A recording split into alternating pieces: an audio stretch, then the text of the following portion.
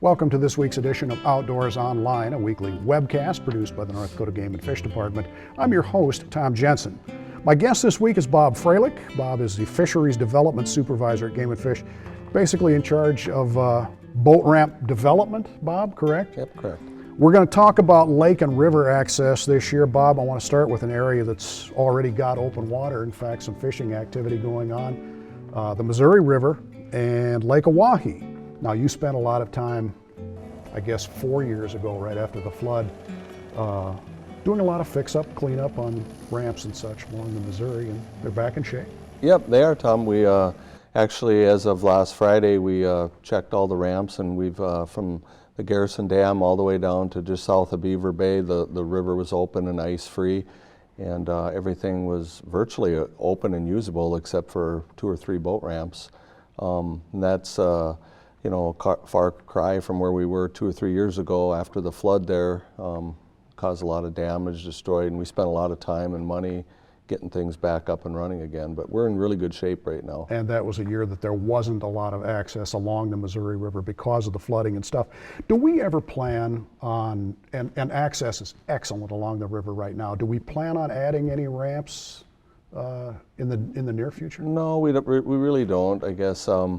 You know, over the years, we've strategically, you know, located ramps and sited them, you know, at proper distances, I guess. People nowadays have larger boats, bigger engines and stuff, so they're able to run from one to the other. I guess if there was one spot that we might entertain if it ever came up would be on the Mandan side, possibly in the Bismarck-Mandan area. We don't have a boat ramp really on the Mandan side, a public boat ramp. There's some private ones over there, but it's just tough because it's a lot of privately owned land, and then you have to have a suitable site with, you know, depth and slope too. But that would be the one area, if it ever opened up, I guess, that we'd look at. Yeah, you mentioned depth and slope. It takes a lot to either move a ramp like we did at the desert or build a new one. It does, yeah. A lot of people probably don't realize, but there's a lot more that goes into, you know, constructing a ramp than just simply picking a spot, going out and doing it. A lot of those places, it's a 3-4 year endeavor, you know, and you got to get the proper easements if it's not in public ownership. There's a lot of permitting that goes on with that.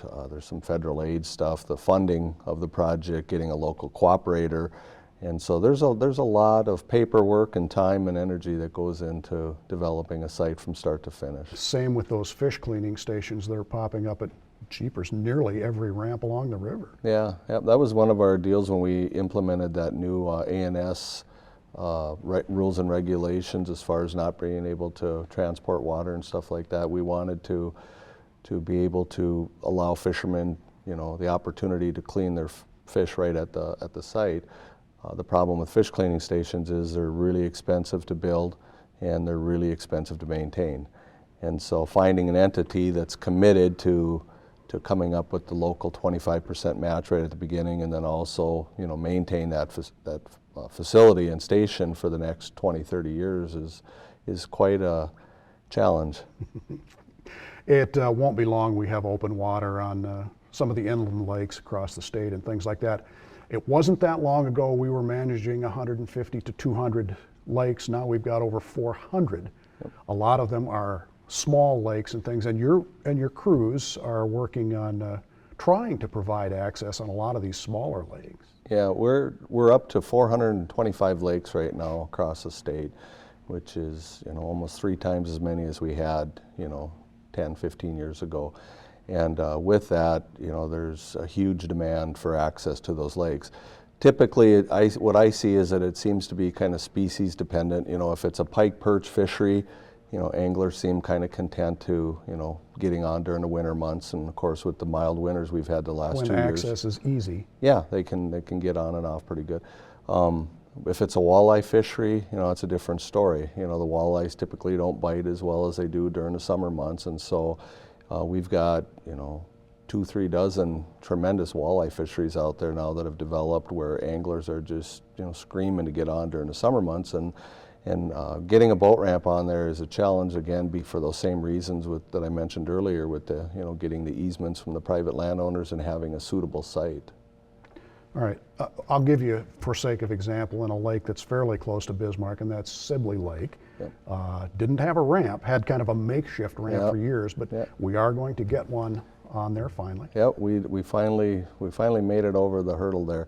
That lake, we've had probably more phone calls and demand for a public boat ramp on that lake than all the other lakes in the state combined for the last 3-4 years. It is close to a metropolitan area is why, I would assume. Yeah, it's only 60 miles from Bismarck, and the fishing was phenomenal. You know, there was, you know, limits, 20-minute, 30-minute limits out there. And the only public access at that lake for a while was a section line coming in on the north side. And then the landowners around the lake were developing it, and there were some cabins going up and stuff. And so everybody was a little reluctant to give us a public easement. They didn't really want, you know, to share it, or, you know, didn't want the activity out there. We finally, late last fall, you know, were able to secure an easement with a landowner right adjacent to that section line on the north side, a 50-year easement. And our plans are right now is that we're going to start here as soon as the ice goes out and start constructing that ramp, so anglers will find, hopefully by the 4th of July or, you know, early summer, have a way to get on there without getting stuck. We had a fairly dry winter. Yep. If we start into another drought cycle, I mean, do we take that into account before we build these ramps? Yeah, we do. Typically on a lake like that, these new lakes that we talked about, we usually go in and you know, there's different types of material you can use to construct a ramp. Concrete plank, slide-in metal ramp sections, and poured concrete. The first two, the plank and the slide-in metal sections, are portable. And that's typically what we would use on these kind of fisheries. Something that you can put in, and if the lake drops 2, 3, 4 feet and the fishery goes away, you can pull it back out, and really you're no worse for the wear. Poured concrete is actually cheaper to build, but you're not going to take it out. It's going to be there, and, you know, people are going to wonder why we've got a chunk of concrete laying on the shoreline. But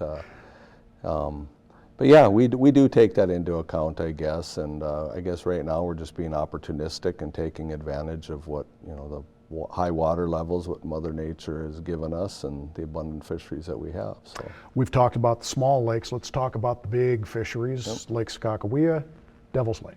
Yep. They're actually both in pretty good shape right now for, you know, probably the second year. Last year was good too, and this year we're not really, you know, dealing with a crisis on either one of them. For years we had either rising water on Devil's Lake or, you know, drought conditions on the Missouri River system, and so we're in pretty good shape. On the Missouri River system, you know, there really isn't much other than, you know, maybe replacing a dock or a toilet or upgrading a fish cleaning station. Devil's Lake, we've got a couple things going on up there. We've got the lake actually saw a net decrease in elevation last year. It went up about 1.5 feet, but then it dropped about 2 feet through evaporation. And so we've actually got a couple sites that were built during the high water that are kind of back in some bays. One is a Pelican Lake and the other is Round Lake. And the access from those boat ramps, boating access sites, out to the main lake is now in jeopardy, and the water's getting too shallow. And so we're looking at some big dredging projects, which is never a cheap, you know, project. And the distance from shore on a couple of those makes it cumbersome. So we're looking at maybe some hydraulic dredging or mechanical dredging. You know, the other thing on Devil's Lake is we're looking at fishing piers. Devil's Lake is a huge fishery. We've got decent boating access, but, you know, there's with the dike systems that are up there and all the riprap around that lake, it makes it tough for a lot of shore anglers. So we're looking at working with the city of Devil's Lake and the chamber to put in 2 or 3 floating fishing piers up there. As long as we're on that subject, Bob, we got an endowment, I'm not sure how many years ago, to provide better fishing access through these fishing piers. Let's talk about that a little bit, the family that gave the endowment and what we've done with it. Yeah, it was about 10 or 12 years ago. The department received a large donation from the Underdahl family, and it was specifically earmarked to go towards shore fishing opportunities. So what we did is we took that money and we allocated it and provided probably 10 to 16 new fishing piers each year. And those were scattered around the state, and they were put in at lakes where, you know, shoreline access was difficult, or maybe the shore was lined with cattails, or there was a cut bank, or for whatever reason it made it tough for the shore anglers. And so we're in really good shape now. We've got about 160 fishing piers across the state. We've had a few that we've had to move. The original locations weren't as good as they thought they were. The entity doesn't want them anymore, so we're taking those and kind of just jockeying things around, trying to tweak them until we get them in the right spot. Everybody finds their home. Is there any place in the state that doesn't have good access? You know, I've always, for me, it's always the Red River. You know, it's a tremendous fishery again, and it's kind of overlooked. Unless maybe you live in Fargo or Grand Forks. But we've got 7 or 8 boat ramps on the Red River, but the shoreline is very steep or vegetated and trees, and so you really can't get in. So there's a lot of shoreline, you know, opportunity along the Red. You've got some boating access or some dams. I guess that would probably be the one area. And then again, the small lakes that we talked about, those walleye fisheries that are out there that are inaccessible during the summer months. And that's coming along. Yep, we're making progress on that. All right, thanks, Bob. Yep, thanks, Tom. For a complete list of fishable lakes in North Dakota and a list of boat ramps, plus stocking reports and lots of other useful information, check out the March-April edition of North Dakota Outdoors magazine. It has directions to a lake you might want to check out, whether or not the lake has public access, and also what species exist in the lake. The information is also available on the Game and Fish website, along with topographical maps of your favorite lake. The website address is gf.nd.gov. For Bob Frohlich and the rest of the staff here at North Dakota Game and Fish, thanks for joining us for Outdoors Online. We'll see you again next week.